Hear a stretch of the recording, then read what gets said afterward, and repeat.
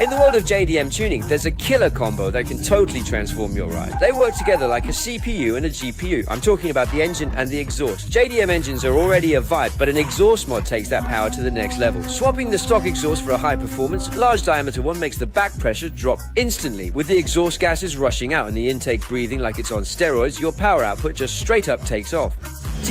And after tuning an Alaska, tuning a classic JDM car, that sound goes from a tiny whine to a beastly roar. And let's be real, guys love that way more than some cutesy voice. If you really nail the engine and exhaust on a JDM build, your car will be so sick it'll leave everyone in the dust. When it comes to JDM tuning, what mods do you think make a car look the coolest?